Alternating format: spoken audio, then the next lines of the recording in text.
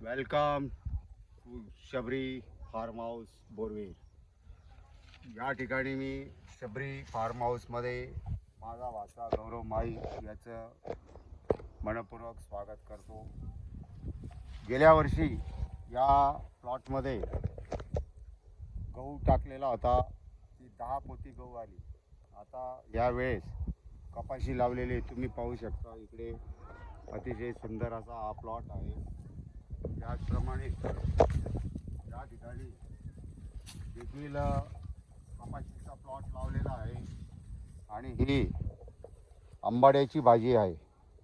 ही एक आयुर्वेदिक दृष्ट्या खायला अतिशय चांगली असते आणि ज्या ज्या लोकांना सर्दी ताप इतर आजार राहतात तर ही भाजी खाऊन हे आजार देखील दूर होतात. अतिशय सुंदर भाजी आणि आम्ही आवर्जून माझा भाचा गौरव मोरे आणि साई गायकवाड यांना ही भाजीचा ठेचा फार आवडतो.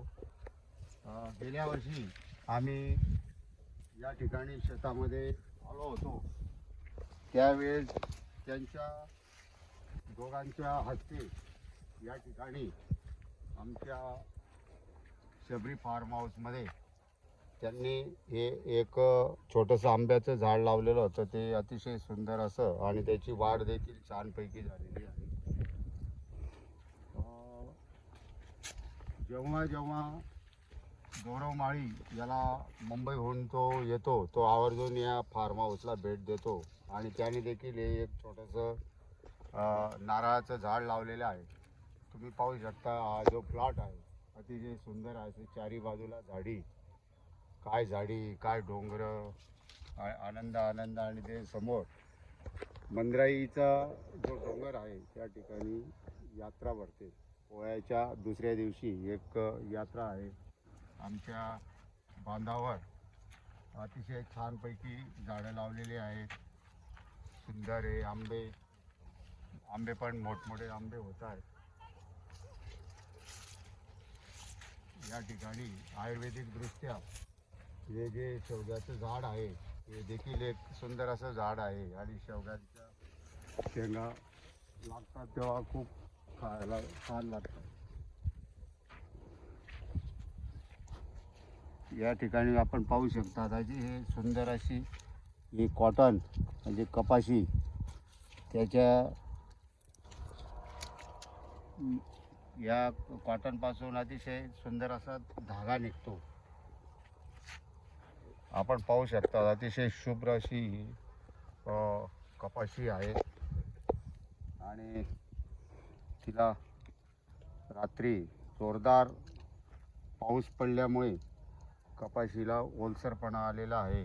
ती पाण्यात भिजलेली आहे आणि तिकडच्या जवळजवळ 10 ते 15 मजूर लावून आम्ही ही कपाशी काढतो आहे.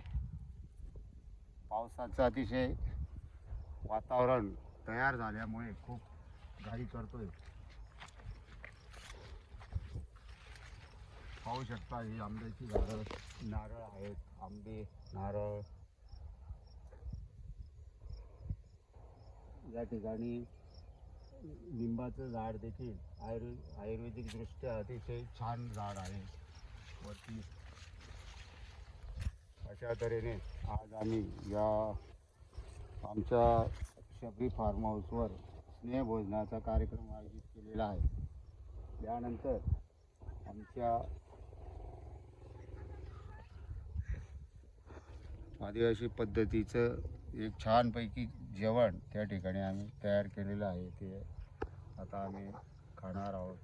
ते तुम्हाला पुढच्या भागात आम्ही दाखवतो. जय आदिवासी.